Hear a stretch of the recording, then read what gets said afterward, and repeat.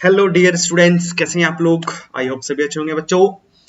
तो आज के इस वीडियो सेशन में बच्चों हम लोग असम नीट 2022 के काउंसलिंग प्रोसेस के बारे में बात करेंगे। बच्चों काउंसलिंग का जो पोर्टल है कल मतलब 17 तारीख को आ चुका है और ये फर्स्ट राउंड काउंसलिंग है। तो मैं ज्यादा समय नहीं लूंगा, मैं जितना जल्दी हो सकता है वो सारी इंफॉर्मेशन दे दूंगा। फॉर्म भरते समय बच्चों जल्दीबाजी नहीं करना, थोड़ा सोच समझ के अच्छे से तसल्ली से फॉर्म भरना, क्योंकि ये एक बार का चांस वाला है, समझ रहे ना। और आपने जो इतना मेहनत करके जो रिजल्ट लेके आए हो उसको ठीक करना, नहीं तो आगे जाके प्रॉब्लम में फंस जाओगे। देखो कोई ना कोई सोल्यूशन तो होगा, लेकिन समस्या में फंसना ही क्यों, है ना। तो इस वीडियो को बिना स्किप किए हुए शुरू से अंत तक अच्छे से देख लो, मैं एक एक चीज आपको डिटेल में बता दूंगा, ठीक है। बच्चों देखो ये फर्स्ट राउंड काउंसलिंग है, ठीक है ना।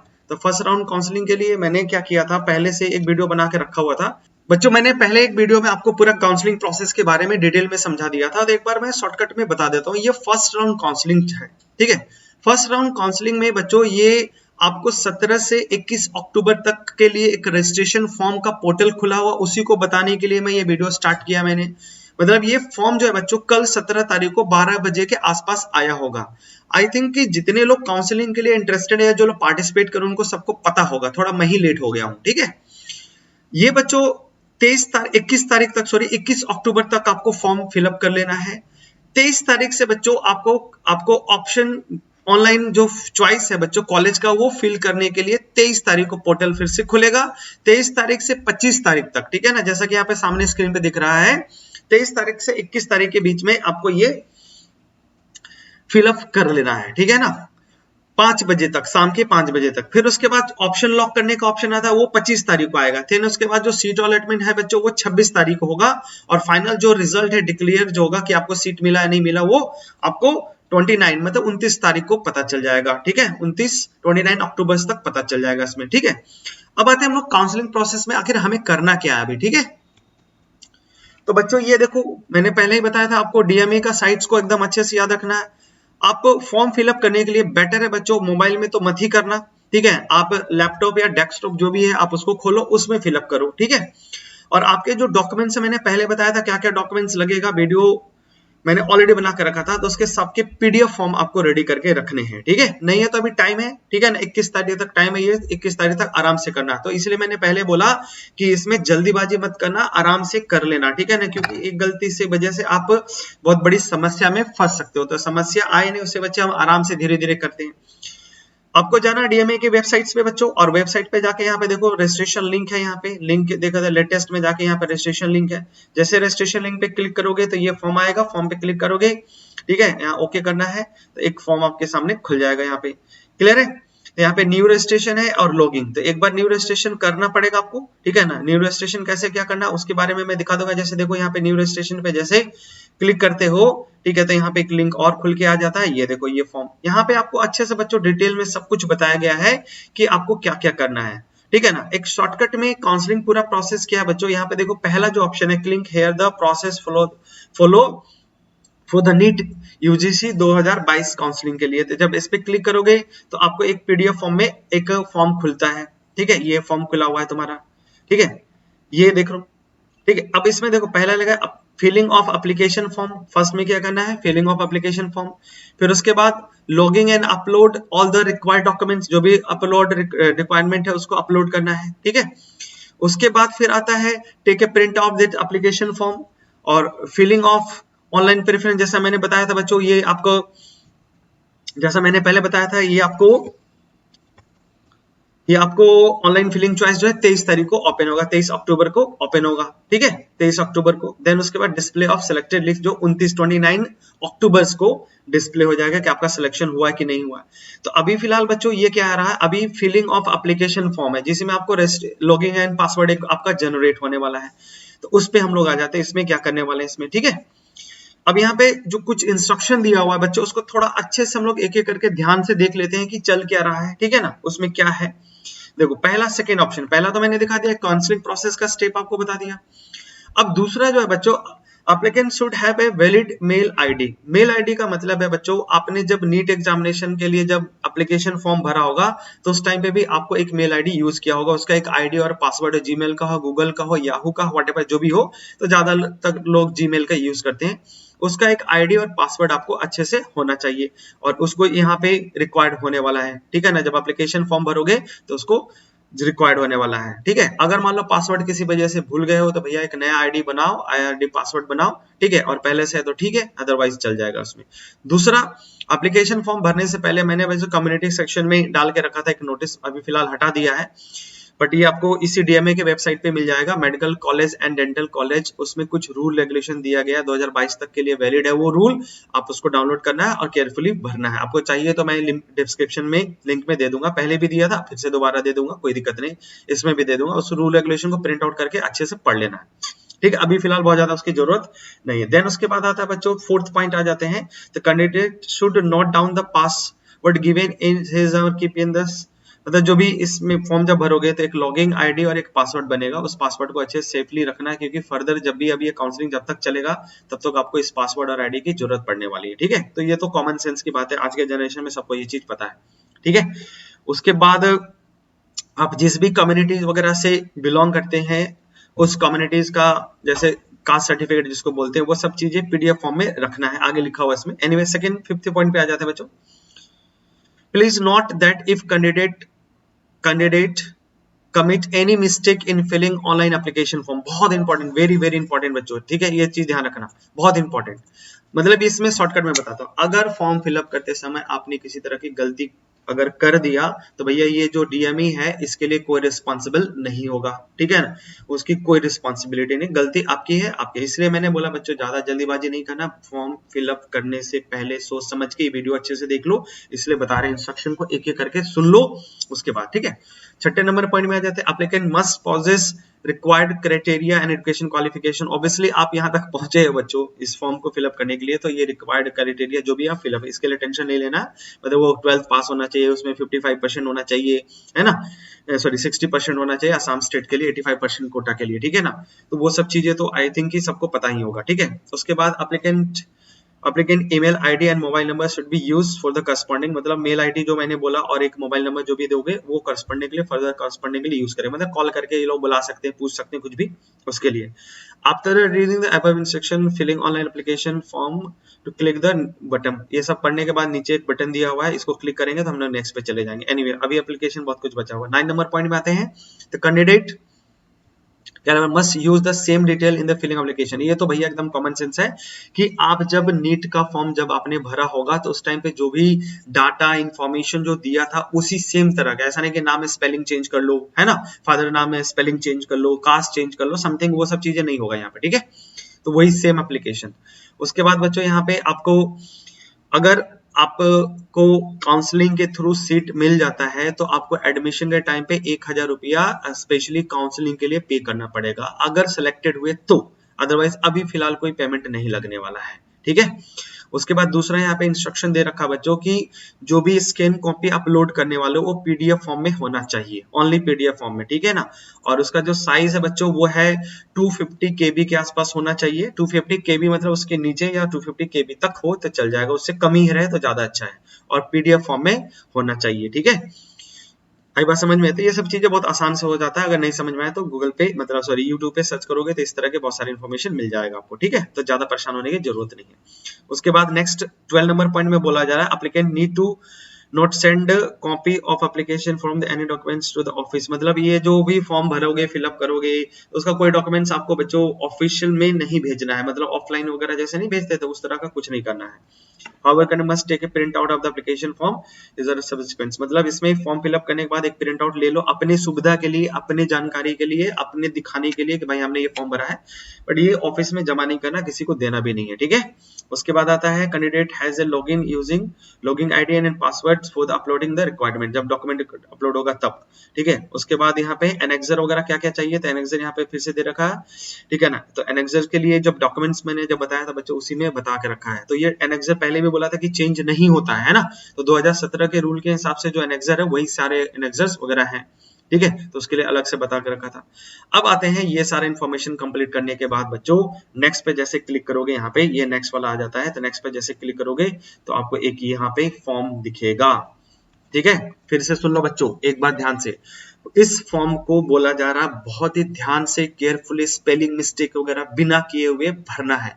तो ज्यादा एक्साइटेड नहीं होना है, बेटर होगा अकेले मत भरो, अपने साथ अपने भाई बहन या पेरेंट्स को रखो साथ में, ताकि वो देखें और वो फिलअप करें। ठीक है, सबसे बढ़िया यही होगा।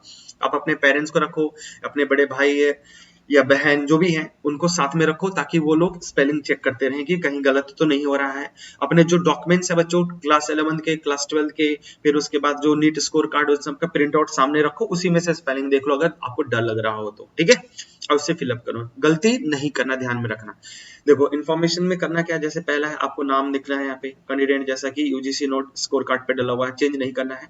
उसके बाद candidate father name, mother name, date of birth, उसके बाद जेंडर, एड्रेस जो भी करस्पॉन्डिंग एड्रेस है, पिन कोड, ठीक है ना, मोबाइल नंबर देना है। मोबाइल नंबर देने के बाद यहाँ पे एक वेरिफिकेशन कोड भेजना और उस वेरिफिकेशन कोड को डाल के वेरीफाई कर लेना है। ठीक है, ताकि नंबर सही है नहीं है। ठीक है, उसके बाद एक ऑल्टरनेट, तो जैसे एक अपना मोबाइल नंबर दे दो और एक अपने पेरेंट्स का नंबर मोबाइल नंबर दे दो। ठीक है, उसके बाद ईमेल आईडी देना है यहाँ पे, नेशनलिटी इंडियन यहाँ पे पहले से टिक है। उसके बाद आपके बॉडी के ऊपर किसी तरह का आइडेंटिटी मार्क्स है क्या, अगर वो है तो वो भी डाल सकते हो, जैसे फिजिकल आइडेंटिफिकेशन। दो यहाँ पे पूछा जा रहा, तो दो है तो दो डाल दो, नहीं तो एक भी चलेगा इसमें। ठीक है, उसके बाद रिजर्वेशन के लिए बच्चों ये जनरल, एससी, एसटी, ओबीसी जो भी था कैटेगरीज, इसको फिल करना है, और इस पे तो बहुत सारा बात पता ही है।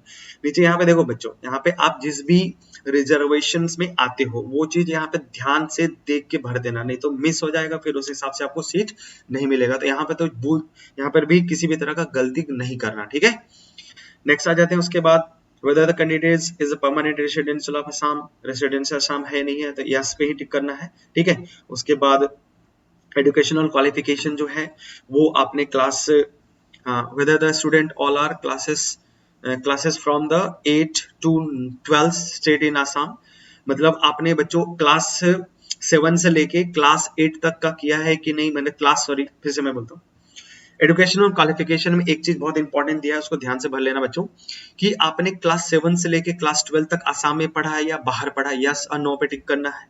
अगर पढ़ा तो यस, नहीं करा तो टिक, ठीक है ना। उसके बाद दूसरा लिखा है whether the pass qualifying examination or equivalent examination from any institutions in the state of Assam, मतलब जो क्वालिफिकेशन मार्क्स, जैसे कि आप 12th पास की हो, ठीक है, यही हो गया ना क्वालिफिकेशन, आपने आसाम से किया कि बाहर से किया, वो भी यहाँ पे टिक करना है। ठीक है, क्लियर है बच्चों। देखो अगर पीआरसी है तो इसमें कोई पंगा नहीं, अगर आपने बाहर से भी पढ़ा है तो कोई दिक्कत नहीं, आपके पेरेंट्स यहीं के हैं तो आपको यहीं का कंसिडर किया जाए। आपके पास अगर परमानेंट रेसिडेंशियल सर्टिफिकेट है तो कोई पंगा नहीं है इसमें। ठीक है, टिक कर लेना इसमें। ठीक है, क्लियर है। नेक्स्ट आ जाते हैं प्रीवियस एजुकेशनल क्वालिफिकेशन, तो बच्चों यहाँ पे क्लास 10th और क्लास 12th के डिटेल्स को आपको भरना है। तो आई थिंक ये सब चीजें तो इन्फॉर्मेशन पता है, भर लेना इसमें। सब्जेक्ट इन क्लास 12th में यहाँ पे फिजिक्स, केमिस्ट्री, बायोलॉजी और इंग्लिश पे क्लिक करना है, अगर है सारे सब्जेक्ट तो क्लिक तो करना ही पड़ेगा, क्योंकि फिजिक्स, केमिस्ट्री और बायोलॉजी 3 तो कंपलसरी है। यूनिवर्सिटी, ठीक है ना, बोर्ड या एजुकेशन काउंसिल रजिस्ट्रेशन, तो एडमिट कार्ड पे या फिर आपके जो पास सर्टिफिकेट उस पर लिखा होगा बच्चों, वहां से देख के इसको भर लेना। ईयर ऑफ पासिंग जो है वो यहाँ पे डाल सकते हो। ठीक है, देन उसके बाद यहाँ पे परसेंटेज है, तो थ्योरी प्रैक्टिकल जो भी है उन सब में क्लास 12th का अलग से भरने के लिए बोला जा रहा है, तो क्लास 12th का ये सब भरना है बच्चों यहाँ पे। ठीक है, फिजिक्स का, केमिस्ट्री का, बायोलॉजी का, इंग्लिश का, थ्योरी में कितना था मार्क्स, कितना प्रैक्टिकल में क्या था, ये सब चीजें कॉलम यहाँ पे अच्छे से भर लेना इसमें। ठीक है, नेक्स्ट यूजीसी के जो नीट का स्कोर कार्ड है बच्चों, उसके बारे में इंफॉर्मेशन देना है, जैसे रोल नंबर है, एप्लीकेशन नंबर है, उसके बाद मार्क्स कितना आया, स्कोर कितना किया है आपने, ऑल इंडिया रैंक और स्टेट काउंसलिंग क्या है वो चीजें देना। Do not fill the state rank, categories rank, यहाँ पे नीट ऑल इंडिया रैंक भरना है बच्चों, कैटेगरी स्टेट रैंक या कैटेगरी रैंक नहीं भरना, तो ज्यादा जोश में नहीं आना, यहाँ पे ऑल इंडिया रैंक को आपको फिलअप करना है। स्टेट मेरिट लिस्ट में अलग से देखो, यहाँ पे स्टेट मेरिट लिस्ट में कितना रैंक है, तो मेरिट लिस्ट आ चुका है, मैं लिस्ट में दे दूंगा, उसको भी डिस्क्रिप्शन में दे दूंगा, वहां से डाउनलोड करके उसमें देख लेना, आई थिंक आपके पास होगा ही, उस चीज को फॉलो कर लेना इसमें। उसके बाद upload the NEET UGC photograph signature, ठीक है ना, अपलोड नीट यूजीसी, मतलब इसमें देखो इन फोटो और सिग्नेचर जो आपने नीट वाले में जब फॉर्म फिलअप करते समय दिया था उसी चीज को यहाँ पे अपलोड करना है। तो उसमें भी साइज जो है बच्चों 50 KB का होना चाहिए, जेपीजी फॉर्मेट में होना चाहिए, और यहाँ पे साइज ऑलमोस्ट दे रखा है 250 पिक्सल से लेके 320 पिक्सल्स के बीच में होना चाहिए इसमें। ठीक है, तो ये सब चीजें ठीक है, देख लेना। उसके बाद अब यहाँ आता है लॉगिन डिटेल्स। तो लॉगिन डिटेल बच्चों यहाँ पे आपको पासवर्ड डालना है, पासवर्ड यहाँ कंफर्म करना है, ठीक है। मिनिमम 8 कैरेक्टर का होना चाहिए और मैक्सिमम 12 कैरेक्टर का होना चाहिए इसमें, ठीक है। और उसी चीज को यहाँ पे डाल देना। तो पासवर्ड थोड़ा केयरफुली इसको रखना है, ठीक है। उसके बाद डिक्लेरेशन नीचे आते हैं। तो नीचे डिक्लेरेशन दे रखा है बच्चों। तो डिक्लेरेशन थोड़ा ध्यान से देख लेना, इसमें क्या क्या दे रखा डिक्लेरेशन में। देखो पहला डिक्लेरेशन में बोला है कि मैंने जो भी यहाँ पे इंफॉर्मेशन दिया है वो सारी इंफॉर्मेशन मेरे हिसाब से सही है, कोई भी गलत नहीं है यहाँ पे, ये बोला। दूसरा बोला जा रहा है कि I have not concern any material information. जो भी मतलब यहाँ पे इंफॉर्मेशन मटेरियल इंफॉर्मेशन दे रहे हैं वो इनकरेक्ट नहीं है, ट्रू है, ठीक है, क्लियर है। ऐसा इसमें आपको देना है। दूसरा उसके बाद है थर्ड में बोला है कि I have carefully read the medical college. वो जो मैंने बोला था स्टार्टिंग में, कुछ रूल दे रखा है जो कि वैलिड 2022 तक के लिए। उस रूल को मैं दे दूंगा डिस्क्रिप्शन, वहां से डाउनलोड करके उसको अच्छे से पढ़ लेना। यहाँ पे टिक करना, हाँ भाई मैंने पढ़ लिया, ठीक है, क्लियर है। चौथा पॉइंट में बोला जा रहा है बच्चों की I undertake the upload all the required documents at the time of registration following which understands that may claim for selection should not be granted, ठीक है, क्लियर है। उसके बाद पांचवा पॉइंट बना identify the submit all the requirement original certificate at the time document verification as well as the time of admissions to be to the course और college as per the rules following which I undertake that may claim the selection should not be granted. मतलब आप यहाँ पे जो भी upload document upload करने जा रहे हो उस डॉक्यूमेंट्स को बच्चों एडमिशन के टाइम पे या डॉक्यूमेंट वेरिफिकेशन के टाइम पे अगर नहीं दिखा पा रहे हो तो हो सकता है कि आपका जो एडमिशन है वो कैंसिल हो जाए, मतलब गारंटी कोई नहीं रहेगा इस चीज का, ठीक है। तो ऑब्वियसली आपके पास ओरिजिनल डॉक्यूमेंट्स है, उस चीज का ध्यान में रख लेना है उसमें, ठीक है ना। उसके बाद I further declare that is no allegiance in the miss. हाँ मतलब ये सीधे सीधे देख बच्चों, मतलब अभी तक कोई पुलिस केस वगैरह में नहीं फंसे हो, इस तरह के किसी ट्रबल में नहीं फंसे हो, वो सब पूछा जा रहा है। और अगर दे फॉर द कंडीशन जो भी ऊपर बचा है, ठीक है ना, ये कंडीशन सब चीज हम लोगों ने क्लियर बच्चों। तो ये सब चीजें के बाद लास्ट में यहाँ पे एग्रीड पे क्लिक कर देना है और फॉर्म को यहाँ पे सबमिट कर देना है। फॉर्म जैसे सबमिट करोगे बच्चों आपको एक आईडी भी मिल जाएगा, ठीक है ना, आईडी भी मिल जाएगा। और उसके बाद आपने पासवर्ड जो यहाँ पे डाला था वो पासवर्ड आप लिख के कहीं पे रख लो, ताकि भूल गए तो गड़बड़ हो जाएगा, क्योंकि फिर से दोबारा लॉगिन करने के लिए, क्योंकि देखो ये तो अभी रजिस्ट्रेशन फॉर्म है ना, अभी आपको डॉक्यूमेंट अपलोड करने का एक ऑप्शन आएगा इसके बाद, ठीक है ना। यहाँ से सबमिट जैसे करोगे तो उसके बाद डॉक्यूमेंट अपलोड करने का ऑप्शन आएगा, ठीक है। देखो ये जैसे यहां तक कर लिया तुम लोगों ने, ठीक है।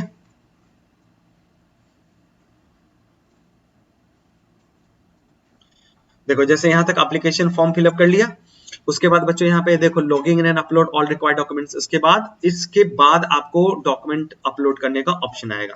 फिर उसके बाद जब डॉक्यूमेंट अपलोड कर दोगे तब उसके बाद इसका एक प्रिंट आउट ले लेना है। अभी देखो मैं इसके आगे नहीं दिखा सकता, जब फॉर्म फिलअप करोगे तभी आपके पास आएगा और उस फॉर्म फिलअप को कर रखना है।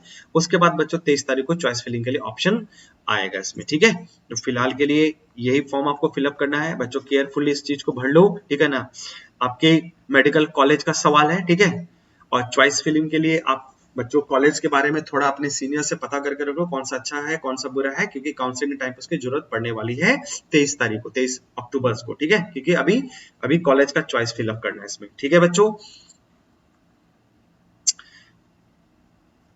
तो ये तो रहा बच्चों हमारा काउंसलिंग प्रोसेस। आई होप कि आपको ये वीडियो अच्छा लगा हो बच्चों।